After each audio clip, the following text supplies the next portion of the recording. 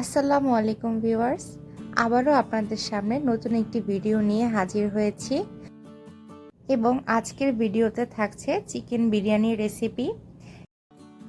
বিরিয়ানি খেতে কার না ভালো লাগে, কিন্তু এই ব্যস্ত জীবনে সময় কোথায় ধৈর্য ধরে বিরিয়ানি রান্না করার। আজকের এই ভিডিওতে থাকছে আপনাদের জন্য শর্টকাট কিছু ট্রিক্স, যা মেনে আপনারা খুব কম সময়েই ঝটপট বিরিয়ানি তৈরি করে ফেলতে পারবেন। তাহলে আর দেরি না করে চলুন রেসিপিটি দেখে নেওয়া যাক। যারা আমার চ্যানেলটি এখনও সাবস্ক্রাইব করেননি, সবাই কিন্তু আমার চ্যানেলটি সাবস্ক্রাইব করে ফেলবেন এবং ভিডিওটি ভালো লেগে থাকলে অবশ্যই লাইক এবং কমেন্ট করতে ভুলবেন না। চিকেন বিরিয়ানি তৈরির জন্য আমি এখানে 1 কেজি পরিমাণে মুরগির মাংস নিয়ে নিয়েছি। মুরগির পা এবং গলা বাদ দিয়ে মুরগির বুকের মাংস এবং রানের মাংসগুলো এখানে আমি ব্যবহার করছি। প্রথমে আমি মুরগির মাংসটাকে রান্না করে নিব। এজন্য আমি চুলায় একটি পাতিল বসিয়ে দিলাম এবং এখানে দিয়ে দিচ্ছি পরিমাণ মতো তেল। তেলটা হালকা গরম হয়ে আসলে আমি এর মধ্যে একটা তেজপাতা মাঝখান থেকে ছিঁড়ে দিয়ে দিলাম।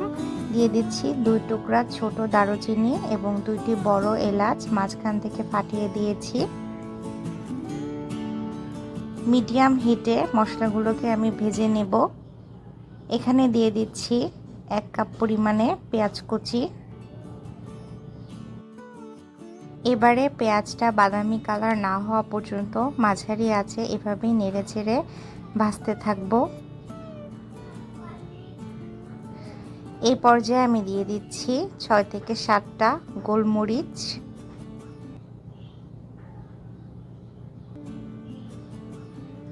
মিডিয়াম হিটে ভালো করে নেড়েচেড়ে ভাজতে থাকবো পেঁয়াজগুলো বাদামি কালার হওয়া পর্যন্ত।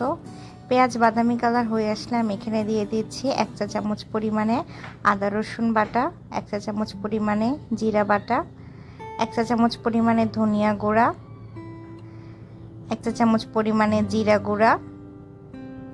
এরপরে দিয়ে দিচ্ছি 1 চা চামচ পরিমাণে হলুদ গুঁড়া এবং 1 চা চামচ পরিমাণে মরিচ গুঁড়া। সবগুলো উপকরণ আমি এখন মিডিয়াম হিটে খুব ভালোভাবে নেড়েচেড়ে ভেজে নিব। প্রায় 2 থেকে 3 মিনিট মশলাগুলোকে ভেজে নেওয়ার পরে দেখবেন মশলার উপরে তেলটা উঠে এসেছে। এই পর্যায়ে আমি মশলার মধ্যে সেই কেটে রাখা মুরগির মাংসগুলোকে দিয়ে দিলাম। চুলার আঁচটাকে এবার আমি মিডিয়াম থেকে হাই হিটে করে দেব। ভালোভাবে নেড়েচেড়ে মশলাগুলোর সাথে মাংসটাকে একটু কষিয়ে নিচ্ছি। হাই হিটে রান্না করতে করতে মুরগি থেকে কিন্তু অনেক পানি বের হবে এবং এই পানিতেই মুরগির মাংসটা সিদ্ধ হবে। এই পর্যায়ে আমি দিয়ে দিচ্ছি 1 চা চামচ পরিমাণে লবণ, 1 চা চামচ পরিমাণে টেস্টিং সল্ট,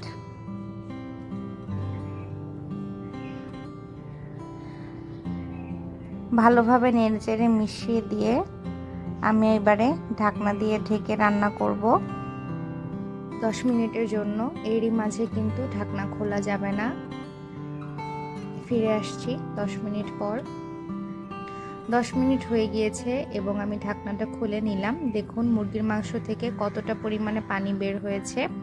আজকের মুরগির মাংস রান্নায় আমি কিন্তু কোনো এক্সট্রা পানি অ্যাড করব না, অর্থাৎ চিকেন থেকে যে পানিটা বের হবে সেই পানিতেই কিন্তু মাংসগুলো খুব ভালোভাবে সেদ্ধ করে নিতে হবে।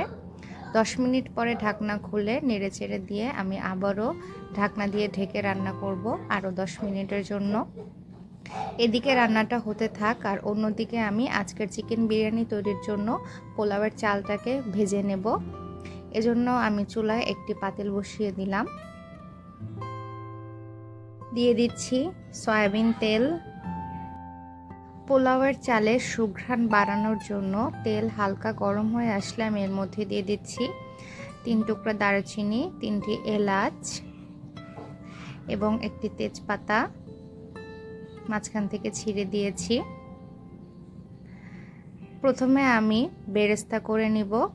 এজন্য এখানে আমি দিয়ে দিলাম বেরেস্তার জন্য 1 কাপ পরিমাণে পেঁয়াজ কুচি। হালকা তাপে এখন আমি এগুলোকে ভেজে নেব। পেঁয়াজটা হালকা বাদামি কালার হওয়া পর্যন্ত ভেজে নেব। পেঁয়াজ বেরেস্তা করার সময় কিন্তু চুলার জাল বাড়ানো যাবে না, অল্প আঁচেই নেড়েচেড়ে পেঁয়াজটাকে বাদামি কালার হওয়া পর্যন্ত ভেজে নিতে হবে। এটা এইদিকে আস্তে আস্তে বাদামি কালার হওয়া পর্যন্ত ভাজতে থাকুক। অন্যদিকে কিন্তু 10 মিনিট চলে গিয়েছে এবং আমি ঢাকনাটা খুলে এখানে 2 চামচ পরিমাণে বিরিয়ানির মশলা দিয়ে দিলাম। মশলাগুলোকে প্রথমে আমি তাওয়ায় একটু ভেজে নিয়েছিলাম। এখানে ছিল জয়ত্রী, জায়ফল, পোস্তদানা এবং দারচিনি, এলাচ, গরম মশলার উপাদানগুলো আর কি। মশলাগুলোকে ভেজে নেওয়ার পরে তারপরে আমি গুঁড়া করে নিয়েছি এবং সেখান থেকে 2 চামচ পরিমাণে আজকে রান্নায় ব্যবহার করলাম। মশলাটা দিয়ে আমি খুব ভালো করে নেড়েচেড়ে মাংসের সাথে বিরিয়ানি মশলাটাকে মিশিয়ে দিচ্ছি। এদিকে কিন্তু আমার পেঁয়াজটা হালকা বাদামি কালার হওয়া শুরু করেছে। আমি পেঁয়াজগুলোকে একটু নেড়েচেড়ে দিচ্ছি আর একটু হালকা বাদামি কালার করে আমি একটা বাটিতে বেরেস্তাগুলোকে উঠিয়ে নিব। পেঁয়াজের বেরেস্তা একটা বাটিতে আমি উঠিয়ে নিয়েছি এবং ওই তেলের মধ্যে আজকে বিরিয়ানি তৈরি করার জন্য আমি চালটা দিয়ে দিলাম। এরপরে দিয়ে দিচ্ছি স্বাদমতো লবণ এবং টেস্টিং সল্ট। এখন একদম লো হিটে চালটাকে ভাজতে হবে। প্রায় 8 থেকে 10 মিনিট লো হিটে ভেজে নেওয়ার পরে দেখবেন চালের রঙটা কিন্তু পরিবর্তন হয়ে এসেছে। এই পর্যায়ে আমি চালের মধ্যে পানি অ্যাড করে দিব। আমি আজকে 2 কাপ পরিমাণে চাল নিয়েছি। যতটুকু চাল নেওয়া হবে তার দ্বিগুণ পরিমাণে পানি দিতে হবে। যেহেতু আমি 2 কাপ চাল নিয়েছি তাই 2 কাপ চালের জন্য 4 কাপ পরিমাণে পানি দিয়ে দিতে হবে। চালটাকে কিন্তু ভেজে নেওয়ার আগে আমি পানিতে খুব ভালো করে ধুয়ে পানি ঝরিয়ে রেখেছিলাম এবং রান্নাতে যখন চাল ব্যবহার করছি তখন কিন্তু সেখানে কোনো পানি ছিল না। একদম শুকনা ঝরঝরে চালটা আমি ভেজে নিয়েছি। চাল ভাজা হয়ে গেলে আমি এখানে সেই 4 কাপ পরিমাণে পানি দিয়ে দিলাম। আমি যেই কাপে চাল মেপে নিয়েছিলাম ওই কাপেরই 2 কাপের ডাবল 4 কাপ পানি এখানে দিয়ে দিলাম। চুলার জালটাকে এখন আমি বাড়িয়ে দিব। এখানে ছোট্ট একটা ট্রিক্স হলো, আপনারা যখন চালটাকে ভেজে নেবেন, চালটাকে ভাজার আগে যখন পানি ঝরাতে দিবেন খুব ভালো করে পানি ঝরিয়ে তারপর কিন্তু চালটাকে ভাজতে হবে, অর্থাৎ চাল ভাজার সময় যেন কোনো পানি না থাকে। এখানে আমি দিয়ে দিচ্ছি লেবুর রস। লেবুর রসটা আমি ব্যবহার করেছি ভাতটাকে ঝরঝরে করার জন্য। এরপরে 5-6টা কাঁচামরিচ মাঝখান থেকে কেটে এর মধ্যে দিয়ে দিলাম, তাতে কাঁচামরিচের খুব সুন্দর সুঘ্রাণ আসবে বিরিয়ানিটা থেকে। এবারে আমি ঢাকনা দিয়ে ঢেকে রান্না করব 10 মিনিটের জন্য। 10 মিনিটের মধ্যে কিন্তু পানিটা টেনে চালের গায়ে গায়ে চলে আসবে। চুলার আঁচ কিন্তু হাই হিটেই থাকবে। এদিকে আমার চিকেনটা হয়ে গিয়েছে, আমি এটাকে চুলা থেকে এখন নামিয়ে নিচ্ছি।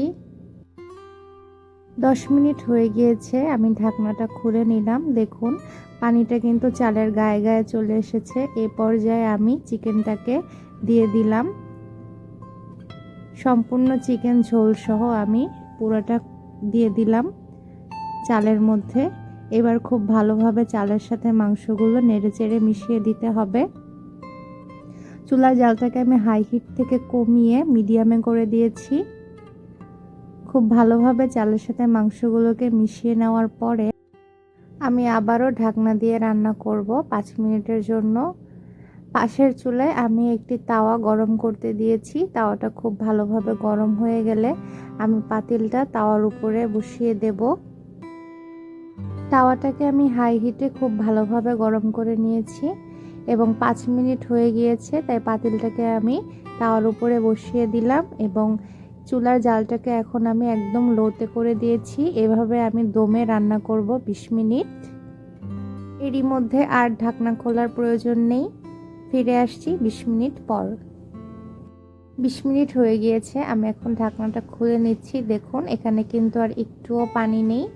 এবারে এর মধ্যে দিয়ে দিচ্ছি সেই পেঁয়াজের বেরেস্তা। এরপরে দিয়ে দিচ্ছি 2 চা চামচ পরিমাণে কেওড়ার জল। সব কিছু দেওয়া হয়ে গিয়েছে।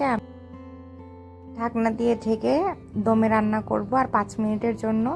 5 মিনিট হয়ে গিয়েছে এবং আমি বিরিয়ানিটা এখন আপনাদেরকে পরিবেশন করে দেখাচ্ছি। দেখুন কতটা সুন্দর এবং পারফেক্ট ঝরঝরে বিরিয়ানি হয়েছে। মাত্র কয়েকটা টিপস ফলো করে আপনারাও কিন্তু বাসায় আমার মতো এরকম সুন্দর টেস্টি বিরিয়ানি বানিয়ে ফেলতে পারবেন। এই তো হয়ে গেল বিরিয়ানিটা। আলহামদুলিল্লাহ অনেক মজা হয়েছে, দেখতেও যেমন সুন্দর হয়েছে, খেতেও কিন্তু অনেক মজা হয়েছে। আপনারা বাসায় আমার রেসিপি ফলো করে অবশ্যই বিরিয়ানিটি ট্রাই করবেন এবং আমাকে কমেন্টে জানাতে ভুলবেন না। সবাই ভালো থাকবেন এবং সুস্থ থাকবেন। আল্লাহ হাফেজ।